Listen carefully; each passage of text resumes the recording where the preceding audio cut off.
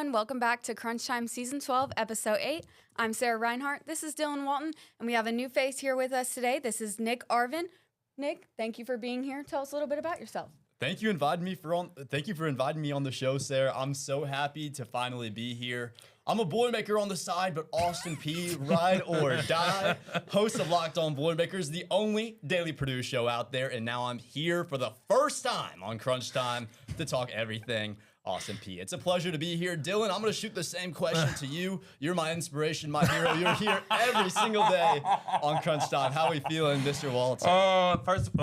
First of all, thank you for coming, Nick. I'm excited. This is your first one. Hopefully, it's the first of many. If you don't transfer and go to any other school, so it should be your first of many. But life is good. I can't complain, man. I'm counting down the days. I got 38 and counting. Yeah, 38. So, We're good both God holding on. Almighty. I mean, time can't go fast enough. But another day, another dollar here. I'm excited. We got a lot to talk about. A lot of different nuances. I think Austin Peay is one of the best mid-major programs in sports. And right now, I think, that pot is boiling. The drama is getting real. Basketball, people in the transfer portal, baseball, softball, going up and down, lacrosse, golf, tennis, beach volleyball. I mean, NRL, dollars. I mean, it's a lot going on. So, Nick, I think you have probably one of the best first episodes on because there's a lot to talk about in a short amount of time. So, Sarah going to get us there. She's going to get us where we need to be. You're gonna get there. If I had a life insurance policy, I would have you at the forefront in control of it because I can trust you, with a lot of things. Don't worry. I got you. Well, we're just going to get right into it then. First up, we're going to talk about all of our new Gov's information, just all of our news about the sports. First up, we have Gov's Give. This is your chance to support Austin Peay student athletes, and the numbers have seriously already been super impressive. Over the last 2 years, they raised over $500,000. That's insane. Yeah. And as of this weekend, they've already hit up to $267,000, which is also insane. So please go donate to our APSU players. This is very huge, and it's a good thing to support. Yeah, Absolutely. it is. Yeah. Well, look, I'll let you go. How you feel about everybody donating to the Girls Give? How much money you put in? I know I ain't put $1 in. So. Shoot, I need those checks to hit. Give me I know. that performance, the communications performance scholarship. Who signs those checks? Is it Dr.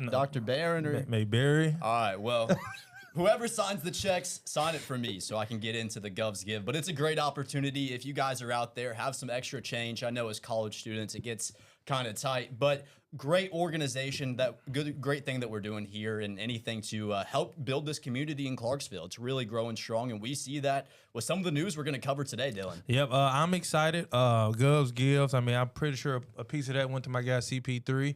Whatever we got to do to keep CP3 here in business, I'm down to do so. That boy's NIL is popping. If he need to have my financial aid, my refund check, my loans, my whatever he got to get to stay here, I'll probably put collateral up on my mama's house if Chris Parson got to stay. I'm just being real. But no, all jokes aside, though, the student athletes, I mean, honestly, if you want to be real, they make it or break a university. So it's important that you feed into them because those are the sponsorship dollars. And it sucks to say, but academics really don't, bring in a lot of money sometimes. It don't. The athletes drive a school. If you look at Miami, South Carolina, Georgia, Alabama, the reason why they have nice academic resources is because of their athletics. Yeah. So, I mean, please donate. Please give whatever you can. Reach out to the people with the big dollars, the preachers, the pastors, the car dealerships, whatever you got to do. Make sure that these student athletes have every resource that they need at their disposal. Yeah, and now we're going to move to Govs in the League, and a big shout-out to our former APSU baseball players. Opening day took place this past weekend across professional baseball, and it's always great to see our Govs competing at the next level. How are y'all excited? I'm just excited to see what happens just with them. You got a baseball team? I'm a Cardinals fan personally. Until Nashville gets a team, and then I'll probably move over there. But for right now, I'm a St. Louis Cardinals fan. They're looking good right now. Yeah, I mean it's the first week, but I'm a free agent. But I just like to keep up with baseball, so it feels good that we got another spring sport on the way. Yeah. Says the man wearing a Pacers. Chill. We gotta go. I can't sit here. We're gonna switch our gears over. Mark your calendars for Jock and Roll. This is hosted by the Student Athlete Advisory Committee. It's set for April 8th at 7 p.m. in the Clement Auditorium. It's going to be a fun, high-energy event that you won't want to miss, so just make sure you're there. Keep it on your calendars. And lastly, in Gov's news, men basketball has landed a big-time recruit, Alexander Davis, a 6'9" freshman power forward forward out of Orlando, Florida. Sorry, guys. I don't know why I always do that. He's headed our way after choosing APSU over programs like Stetson, Florida Gulf Coast, Mississippi State, California Berkeley, NC State. We're just super excited to see what he brings to the program. What are y'all feeling about it? Oh, man. I like him. I seen some clips on his Twitter, his huddle highlights, whatever they got for basketball nowadays. He looks very physical. He looks big and strong. I mean, whatever they feeding them boys out there in South Florida, Central Florida, it got to be some good food. Crawfish, fried fish, catfish, tilapia fish. It seems like they getting all their protein. He's very athletic. He can make great passes from what I've seen. He's very physical, very athletic. So I'm excited to see, Coach Gibb adding some more, talent. I'll tell you what I see in this, Dylan. When you look at the teams that Coach Gibb was competing against to get the commitment of Alex Davis, you have ASUN teams, so that shows me that Austin Peay, they're dominating the conference in recruiting. But outside of that, NC State, of course, with all the Will Wade news coming out, as soon as Will Wade goes to LSU, Alex Davis commits to Austin Peay. That tells me not only can Austin Peay out-recruit the big fishes in the pond, but what they have is stability. And that's something that sticks out to guys like this, guys that can change a program like Alex Davis. And you have Rashard Marshall now, who is coming back to Austin Peay. I'm sure we'll get to that. Yeah. But Alex Davis is a perfect guy to stay under him in his senior year. And this is how you build a program right now. In the NIL era, the only way to build a program specifically at the mid-major level is RRD. Recruit, retain, develop. Yep. Coach Gibb has proven that he can recruit. He's proven that he can develop. Can he retain these players? Well, he took a big step. Yeah, I mean, he got three, Quan, Zaire, Rashad. So 3 is coming back. It's very important, but, it's a long offseason for basketball. It's a lot more recruiting to go, a lot more work to do. So I'm excited to see what Coach Gibb has, really for the rest of this decade. Yeah. So we're just going to get right into what the rest of our spring sports have been up to. First up, we have softball, who had a busy week this week. They picked up a strong 7-2 win over Murray State earlier this week, powered by a huge performance from Bree Howard, of course, who launched both a 3-run homer and a solo shot. And she didn't stop there. Howard also broke the single-season RBI record on a 5th-inning single. And now they're in the series against Central Arkansas, and things got competitive. In Game 1, we saw a late rally fall short in a 7-5 loss. And then in Game 2 was another tough one, falling 10-4 despite scoring that first time. But the Govs bounced back in a big way on Sunday, putting up 11 runs in an 11-3 win to close off the series. Offensively, there were some bright spots: Kylie Hinton, Natalie Burns, Michaela Navarro, and all contributing to that 4th-inning rally. After breaking that RBI record, is Bree Howard now one of the most impactful players we've seen? We got a special guest. I'll let the special guest go first. What you got, brother? I absolutely believe that Bree Howard has to go down at least on that Mount Rushmore of Austin Peay softball players if they win. It's about winning at this point, and right now I want to see those wins start to pile up for Austin Peay softball because they're just hovering above 500, but is that going to be enough to win the ASUN? And when I look at this team right now, I see Bree Howard, who's balling out, just broke the RBI record. But a big reason for that is because people in front of her are getting on base. Right now, Austin Peay, the Governor's softball team, they have a murderer's row of sorts. Looking back to those Yankees, you got Slam and Sammy Sheelander, who's averaging 390 on the season, and Emily Baker, who's hovering right over 384. She hits before Bree Howard. So having those other girls that have the ability to get on base, that's really helped out Howard this year, but she also has the ability to go long with the long ball. She does it all. So I'm not questioning the offense of this Austin Peay softball team right now. It's can the pitching compete with these other teams in the ASUN? If it can't, well, it's going to be tough for this team to compete as we get into the playoffs. Yeah, I agree with you. Start off with Bree. I mean, Bree is phenomenal. 17 home runs on the season. She broke the RBI record, 53 and count.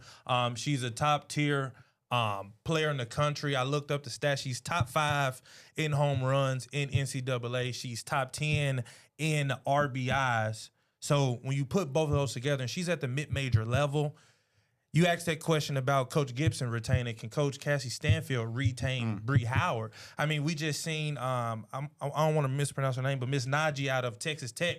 She's the #1 NIL player in college softball. She's making $1 million. If Bree Howard is putting up top 10 numbers in 2 of the biggest categories, and she's a top 50 batting average player, could we retain her? She has an extra year left. So that's the big question. She's already a Hall of Famer in my book. Yes, I'm going to answer that question already. But can you retain the Hall of Famer if the money is not right? That's the real question. But like you said, with hitting and everyone, like you said, Shelander, Baker, not to discredit Delaney, who got her first home run a couple weeks ago. This team, like you said, batting is not the problem. It's never been putting the ball on the bat, getting on the bases, stealing bases.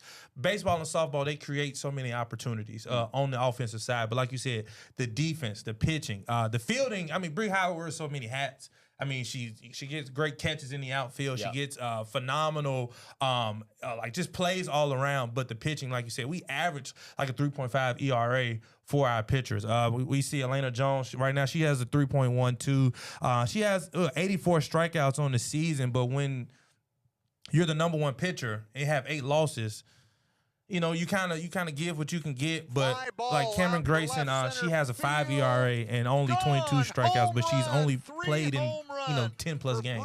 So it's how much offense can save us from bad defense almost. So, but when you got Bree Howard out there, man, who knows what can happen? I mean, she can put a team on her back. And, I'm not expecting her to leave. She seems like a loyal type of athlete, but you never know in this stage. Well, let's talk about that a little bit more, because I feel like this is a pivotal time right now at the university. You officially announced Jordan Harmon as the athletic director, and with that, a lot of decisions have to be made during the NIL era. Is he going to focus on women's sports? Because we've seen some other college programs, they have put a big focus on women's sports. You named, I forgot, Baylor maybe?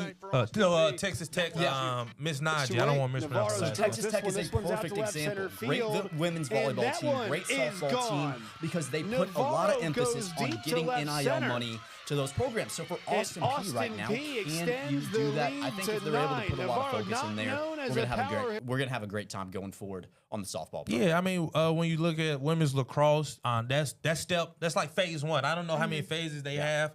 President Lakari, Harmon, they talk about it. The phase 1 was getting women's lacrosse. Okay, now we're a mid-major, so and we're in Clarksville, Tennessee. Our budget is not the best, but I mean, I expect them to put enough that they can sustain some type of competitiveness in the UAC, ASUN, WAC, whatever conference. Yeah, whatever conference we're in. But I think they can put enough to at least compete at a very good level when it comes to women's sports. Yeah, and guys, like looking ahead for ASUN and tournament play, are y'all thinking this team is more of a middle of the pack, or do you think we're kind of like one of those sleeper teams that no one wants to play? I think we're a sleeper team for sure. I don't think we're that like high caliber team like how we've been in past years. It's just that pitching is just not. It's not always been the best, but it's right now. It's just a very low spot. It's at a very low spot, and we gave up 17 runs in the past couple games. I want to say 2 or 3 games, and that's just not what you want to have. Yeah. You're putting up 15 to 20 runs, but you're also giving up 15 to 20 on the back end. So it's like you have to compensate on the defensive end, and when you have to compensate on one side than the other, that's when you're a middle of a pack team. But, in basketball, when it comes to March, anything can happen. And when it comes to May and June for baseball and softball, I mean, you play what? You have a knockout round, and once you get the best of 3, anything can happen. All you need is a good week. That's all you need is a good week, good series, and that can get you to where you need to go. And I trust head coach Stanfield for women's softball. I believe that she can get them in a position where they can compete. And, luck, you need luck on your side in any sport. So I think luck can play a part if she can just get us to where we need to be. Anything can happen, but when I look at these pitching stats right now for Austin Peay softball, I don't see a single pitcher under a 3 ERA. Yep. And when you get to tournaments, when you get to the playoffs, specifically in the ASUN, where Austin Peay, they could hit the ball lights out, but how many other teams can do that as well? There are quite a few of them. So for the pitching, that has to be the concern for Austin Peay right now. And that's why I say I don't necessarily see this team as a dark horse, because there is a glaring issue on the squad. As good as the lineup is, as good as the bats are day after day after day, if you don't have consistency on the mound, you're not going to go very far. That's what I see with this Austin Peay softball team right now. Yeah. Well, now I want to turn our attention to baseball. Junior pitcher Cody Arrington delivered a career-high 7 innings at a 4-1 game, 1 win over Central Arkansas. Game 2 was a dominant 8-0 shutout. And then in Game 3, the Govs secured the series win with an 8-4 win behind a solid outing from DJ Merriweather, who struck out 7 over 5.1 innings. And offensively, Ray Velasquez added his 6th home run for the season, and Cole Johnson chipped in with a 2-run shot. So the Govs are winning series, but at what point does this turn into a dominating series for us?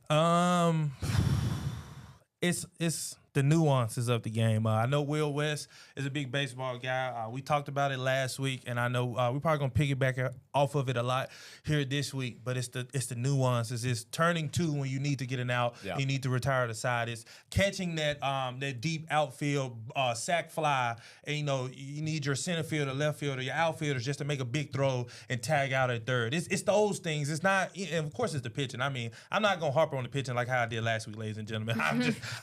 I'm just not. It's not my forte today. I'm trying to be cool and calm and respectful today.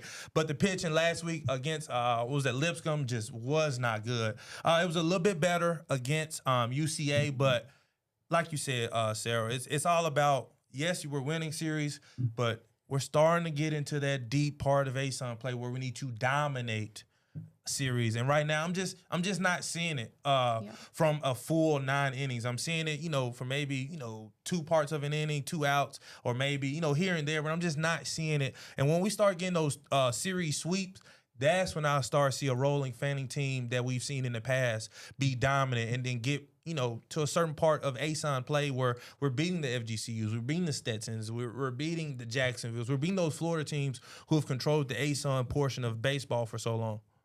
To your point, Sarah, you mentioned Cody Arrington. He's going to have to continue to perform. He was the guy that was brought in to be Austin Peay's ace, and so far this year just hasn't quite been that, hovering right around a 5 ERA. He was announced as the starter to open up the season against UNLV. You're not going to harp on the pitching, but I am. This team just fell under, they're sub 500 right now. They just lost to Tennessee, falling under 500 on the year. Something has to change. This is not the team of last year. There's no swagger on the mound the way that we saw last year. We have to go back to the energy of a Roland Fanning team. And I don't know what happened this year compared to last year, why we're not as good. I know we lost some talent, but you're supposed to bring in guys like Cody Arrington to fill in that gap. So far, he hasn't been able to be that transition piece. I'm calling on you right now, Cody Arrington. If you're watching this, I interviewed you. You're a heck of a guy. D1 Baseball had you as an MLB draft prospect going into this season. You haven't been it, so you need to pick it up for your team. Come on. Hey, look, I was on Tate McCubbin hard last week, so you got Cody Arrington this week. Hey, look, if that's what we got to do to get him to play better, hey, it's all love here at Austin Peay. We love all our athletes, but if our teachers want us to be better, they'll tell us. So our job as media is to tell the players to be better. Hopefully they do so. Did you send Tate McCubbin into the portal, Dylan? No. It's all love, bro. It's all love. I promise you. Well, Arrington, we're going to be watching. You heard him, but we still love you. It's okay. Before we get into the rest of our updates for our spring sports, Dylan got to sit down with Patton Samuels to talk about his anticipations for his upcoming season. So here's that clip for you. And correct me if I'm wrong, but this is your second full season here? This is my second full season. Okay, second full season. Last year, you had a great season, but you've kicked it into gear coming in. You have 4 straight rounds as of right now, shooting in the 60s. What's the credit to the hot start? Yeah, I think a lot of it goes to the team. We push ourselves each and every day. And we just kind of get after it with each other, and so that means when we go to the tournaments, get on the course, it's like I don't have to be perfect. So it takes the stress off of everybody. 1 through 5 takes everybody away from trying to be perfect, and they can just go have fun. And I think that's what I've been doing really good this year, is not putting too much pressure on myself, not feeling like I've got to go do something insane, to help the team, because each and every person has their own job 1 through 5, and so I think. Just having fun and enjoying it while you're out there is big for me. Okay. So what's been the best part? Obviously, you guys only had, I want to say, just 2 tournaments. Just 2 tournaments. Yep. So what's been the best part that you've seen about your team so far, only with just 2 tournaments in this fall part of the season? I think the idea of learning day in, day out. I think a lot of teams struggle with that in college golf because golf is an individual sport. Mm-hmm. How can you learn, from your peers and your teammates? But I think everybody on the team asks questions. They're curious. They want to learn, and I think that's big for our sport. Is because if you can learn from your teammates, from your coaches, and then go travel with those same guys, it's like you have nothing but success coming your way. Okay. And then my last question before we get into a series of fun questions, then I'll get out your hair, brother. Since coming to Austin Peay, what have you seen your game grow at a greater level? I mean, I mean, it's hard to top the SEC, but it's not, like you said, it's individual. So what is your game got to? Is it the driving? Is it the calmness when you get to a tee box? Like, what have you seen the biggest development in your game since coming here? I'd probably have to say the mental side of things. You know, not a lot changes physically. It's just more mental. Like I said, not putting too much pressure on myself. Obviously, at the SEC level, you feel like you've got to perform, you know, to the best of your ability every single round. But here, you still want to perform that way, but the stress is a little less. And I think mentally, I've been a lot better at calming myself down, like you said, and being able to just accept, like, okay, I have a bad hole. It's over with. Ain't nothing I can do about it now, right? And so I think that moving forward, the next couple tournaments and then also in the spring, I think that's what I'm going to take in and help the team with, is just kind of mentally calming everybody down, calming myself down, and just going out and having fun doing what we do. Okay. I like that. Doing what he do. If y'all don't know, he shoots 60s. That's what he do. He only shoots in the 60s for real. But I got 4 quick, fun questions for you, brother. And then that's it. So here we go. We're going to start off with a good one, I think. Would you rather dunk in an iron shot from the fairway or sink like a 60-plus foot putt? Probably an iron shot. Iron shot? Yeah. What's the feeling from that? I can barely get off the tee box, but my chipping and putting is pretty nice decent. with it? Yeah, I'm pretty decent. Pretty decent. That. Drained like a 20-footer a couple days ago. Come on so now. yeah. Yes, sir. I would say the feeling is like everything's perfect. You know, your goal is to make the shot. Yeah. Right. And so obviously you don't really do it often. That's why it's so cool when you do. But I think it's like everything went together perfectly. Okay. So golf starts early. If a lot of people don't know. Do you have like a pregame breakfast or pregame snack? Oh, yeah. What is it? Oh, yeah. So we do, when we're on the road, we'll be either in a hotel or a house, condo, whatever. Yeah. And one of the coaches will go get normally Chick-fil-A or McDonald's, and they'll bring it back. We'll eat, and then we'll go to the course as a team. Everybody's got their own stretching routine. You know, everybody's body's different, so everybody kind of does their own thing. Mine consists of just getting out there, working on my lower back, do some stretches, do some mobility, do some quick functional movements to get the blood flowing, and then I go into my warm-up, and then we go play. It's game time. So are you like a McGriddle, hotcakes and sausage, chicken minis, chicken biscuit? I'm a big hash brown guy. Okay. So at Chick-fil-A, I'm going chicken hash brown bowl with some Chick-fil-A sauce on the side. And then at McDonald's, I'm going sausage burritos. Okay. High C, lemonade, apple juice. Okay. Water. Stay hydrated. You won't see me drinking much else other than water. Okay. All right. Yeah, okay. yeah. All right. Last 2. Favorite golf course you've been to, excluding your home course? It's got to be Augusta National. Okay. Yeah. We had the pleasure and the blessing, honestly, to go play that when I was at Ole Miss. To go play there, and we took a plane over and played the par 3 course, and then played the real course. I mean, it was a fever dream of a day. I mean, it was insane.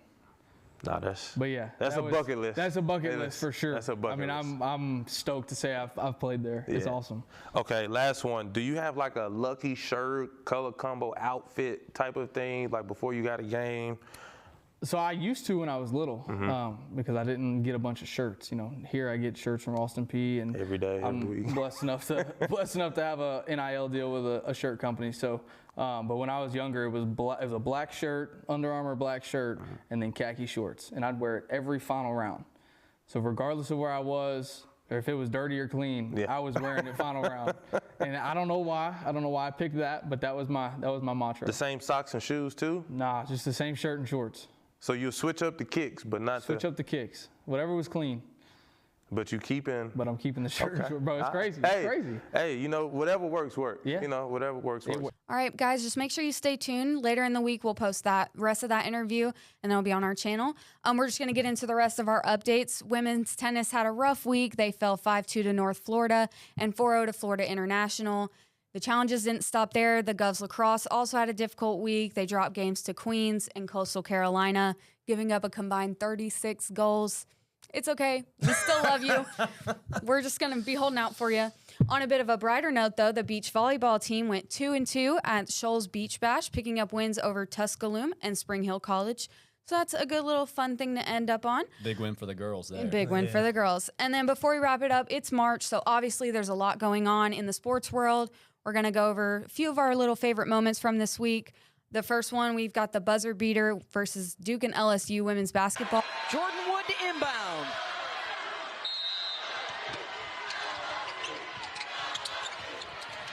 They get it into Jackson. Good if it goes. Around and down for the Blue Devils. Duke. Dylan, did that make you jump out of your seat? You know, I was at Black Horse. I'm not going to tell you where I was sitting at Black Horse. I was at Black Horse playing some activities at Black Horse. And, man, it went crazy in there. It was a back-and-forth game the whole time.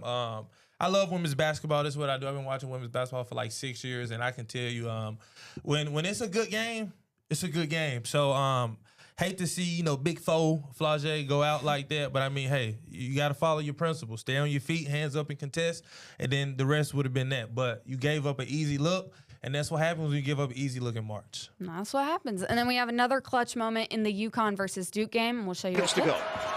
Got to cut and run through the ball. They'll do better than this guy. Get it into Boozer. Back for Sarr. Ahead. Boozer. That ball deflected and stolen by Mullins. Caravan, 2 seconds. Mullins tosses it up. Oh! It's good. With point 3. UConn goes in front. Nick, where were you when you watched that? Did you also jump out of your seat? I'll tell you what, I took the lady out for a nice dinner to Outback Steakhouse. My bracket was busted day 1. She only needed Duke to win that one for a perfect Final Four. A waitress comes up to order a bloomin' onion. I look away. All of a sudden, Ozzy, Ozzy, Ozzy, oi, oi, oi. Like, everyone's popping out of their seats. The waitress is going crazy. I'm like, what the heck just happened?